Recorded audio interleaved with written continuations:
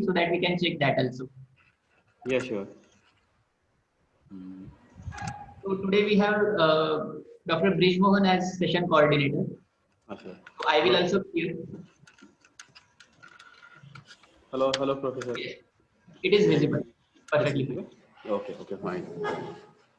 So maybe like I will finish in say like 1 hour and 20 minutes around. Is that okay? Yes, it is perfectly fine. Yes. Number of slides are slightly less. I said just 20 It's minutes. okay. It doesn't matter. The thing is that the participants are UG and PG students, Mm-hmm. and most of them will be new to this session also or this topic also. So So please keep it that way.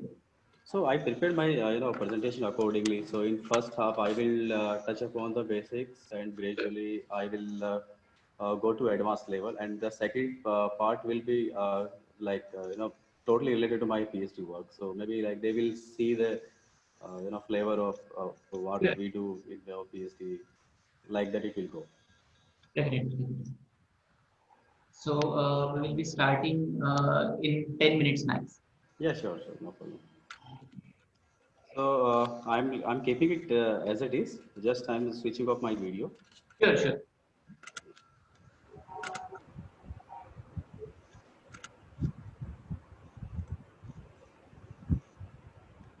Bridge मैं भी यहीं पे हूँ. Okay. हाँ okay.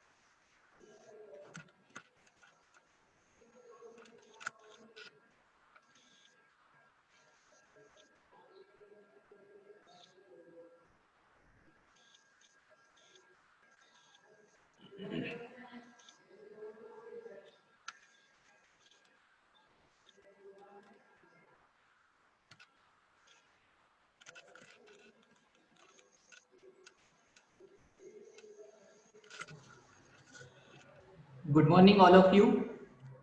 We will be starting the third session of our program and today's first session in couple of minutes.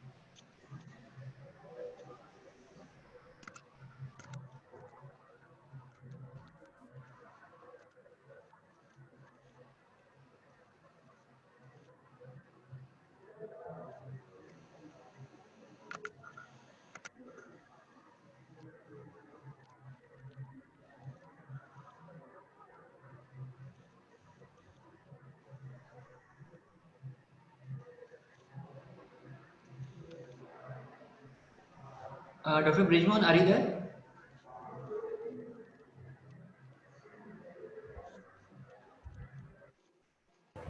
Hello, Yes, we can start the session. just a minute.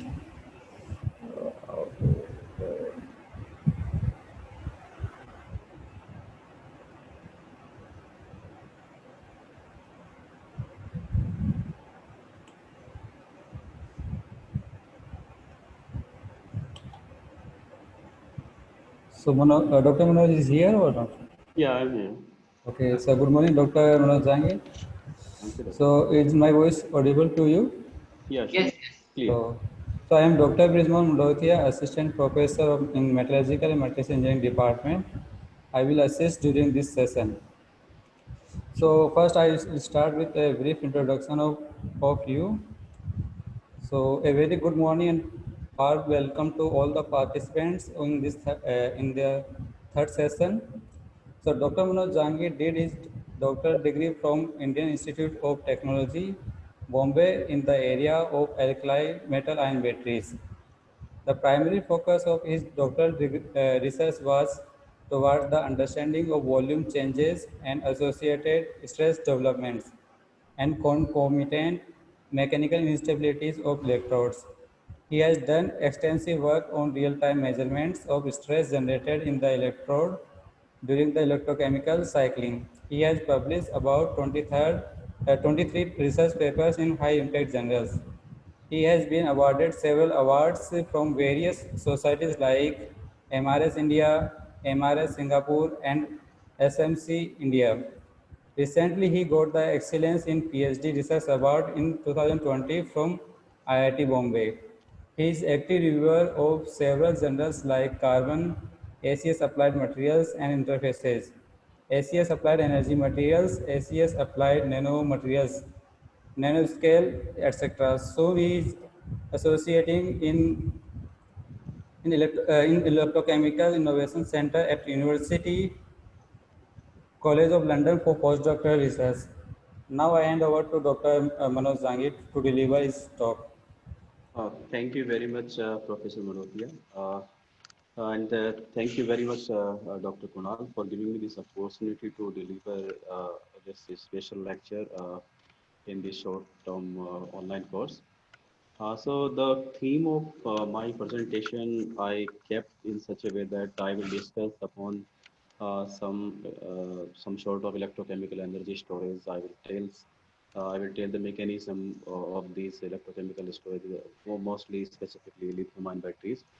I will discuss about some materials which are using in batteries to make it more efficient toward the heavy duty applications like in electrical vehicles and with the more performance. And then we will discuss about some challenges associated with these materials in the first part of this lecture.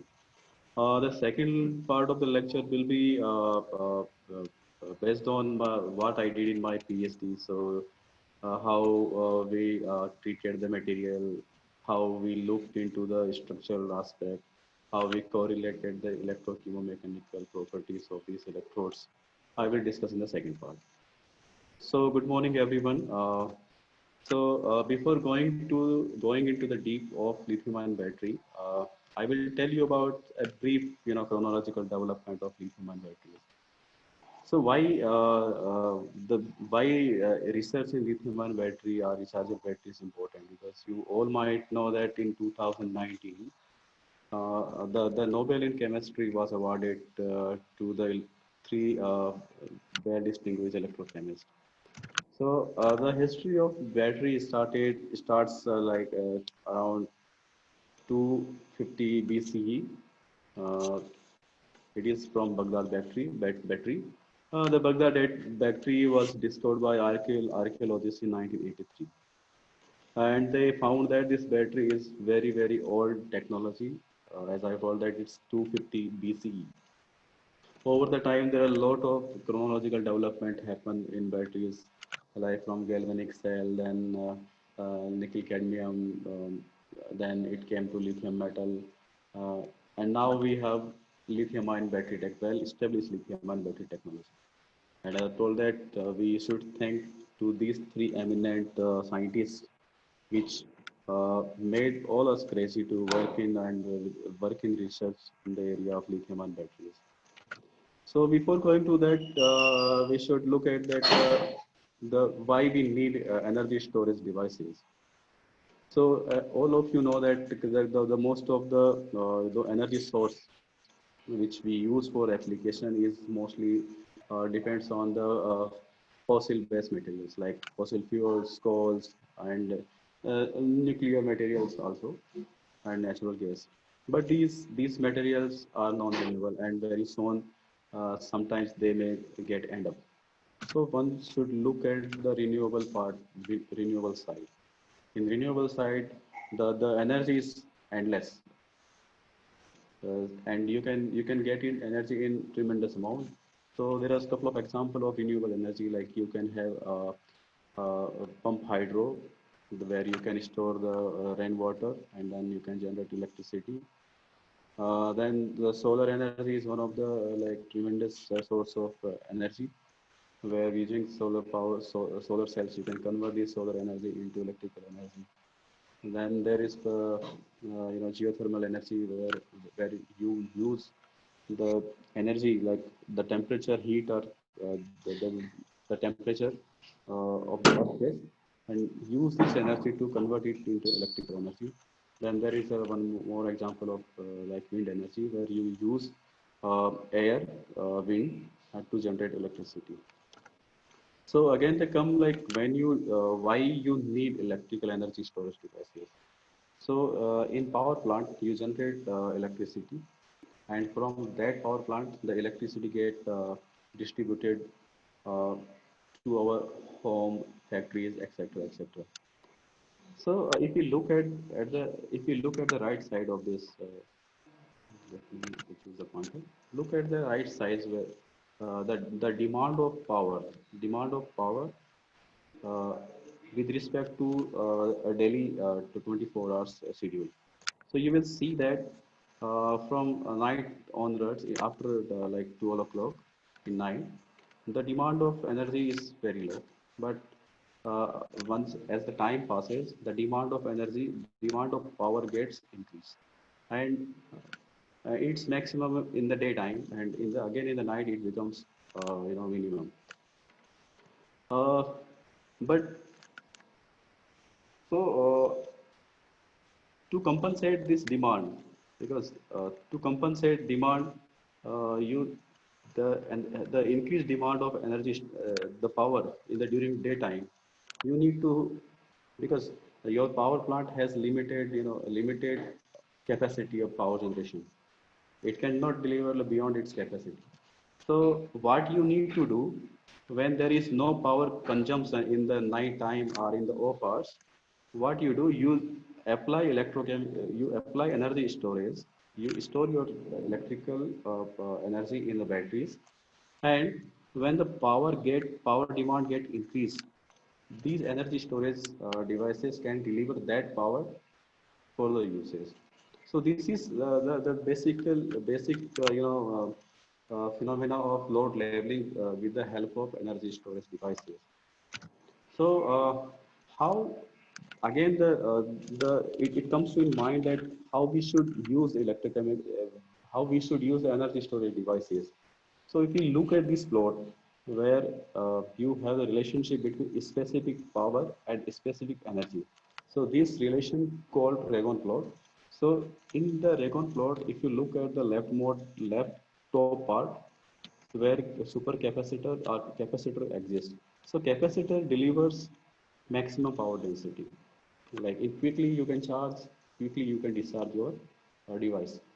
So capacitor has the highest power density. But if you look at the right side of the of this plot, what you will see there are lithium-ion battery or lithium metal batteries. So these devices have highest energy density. Like it can store charge in huge amount, but they has intermittent or moderate power density. Like you cannot immediately charge or discharge these devices. So, but the current lithium-ion batteries has stands in between somewhere, like somewhere the capacitors and capacitors having the ability to deliver charge fast and discharge very fast with a very high energy density. So as I already told that these batteries has very high specific energy density, but the power density is you have to compromise with the power density. But with the materials engineering, you can increase the power density also. At the same moment, lithium-ion battery has lowest self-discharge associated problems. So now moving forward, what an electrochemical energy storage device does. So it stores electrical energy with the help of the chemical reaction within it in the form of chemical energy. And when you require the power, it can convert back this chemical energy in the form of electrical energy. And this is the like most efficient energy technology in the present time. Maximum research is going in this area only. So there are, apart from the lithium-ion technology, there are a couple of other chemistries also get also under consideration. A lot of research is being devoted toward that. So those are lithium-ion, sodium-ion, lithium sulfur. So these two technology like sodium and lithium sulfur chemistries are also going to be commercialized soon. Apart from batteries, there are supercapacitors. So supercapacitors are also like a sort of electrochemical energy storage device, which can store the electrical energy in the form of chemical energy. So there are a lot of the application area for lithium-ion battery is huge. Your portable devices, communication devices having lithium-ion batteries, home appliances also contains lithium-ion batteries. Then nowadays, like there is a lot of buzz about electrical vehicles. So now we are at the worst that we can use this lithium-ion battery in electrical vehicle also. But for that, there are a lot of material changes which need to be looked into, and there are lots of safety concerns before implementing these batteries in electrical vehicles one should look at. So, as I already told that there are various chemistries. So, uh, now the flexible lithium-ion batteries and solid-state lithium-ion battery also in the market. Uh, then sodium ion, potassium ion, lithium sulfur, and nowadays like one more thing is redox flow battery, where you use the reactant in the form of say liquid and flow over an electrode, and the power gets voltage gets generated. So as I already told that before moving to the electrical vehicle to develop next generation batteries, one should look at the safety aspect, because safety aspect concerns. If you heard about the Samsung Galaxy issue couple of years, where the mobile phones were getting blasted, that was due to the short circuiting of the electrodes at that emerged due to the packaging problem. And if you want to use batteries in electrical vehicle, you should increase the energy and power density of the of your battery, as well as your battery cycle life should also get increased, because no one want to change their battery in just 3 years. So at least your battery should last for 5 to 10 years. And again, if you want to use this battery for a large energy storage applications, say in the grid applications, so cost also becomes very critical. So if you want to use batteries for smaller applications, the size of your battery is small. But again, as you move toward electrical vehicle and grid storage application, the size becomes bulkier. So in that case, we work in in lab at a cell level, like where that is having one electrode, one anode, one cathode is separated by a separator and sealed in a case, so that called cell. When you laminate a couple of cell over each other, that called stack. So that and about 5 to 10 stack of cells that called module, and you assemble these modules again in large number, that called stack. So this is the way how you can increase the cell voltage. If you put your the cells in series, and the voltage will get increased. At the same time, the energy density will remain same. And if you want to increase the capacity, the current, you connect your cell in parallel. So if you want, you will be very surprised that how much weight this battery creates. So Tesla S model that has 540 kg weight just from the batteries. Okay, so we need to look at that aspect, that our battery should also be should not should not be heavy. So before going to yes.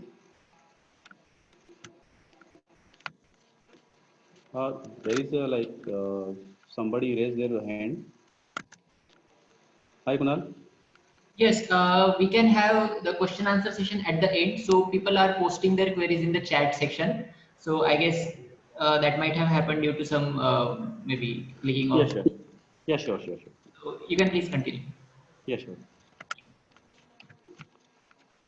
So, to make a battery more efficient, one should look at the relationship between the materials and the material science and the electrochemistry.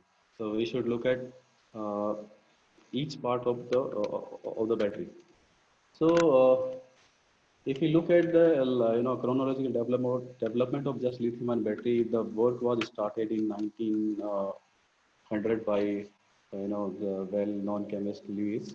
He did some Lewis-based reactions with the lithium salts and found that the voltage can be generated when you use.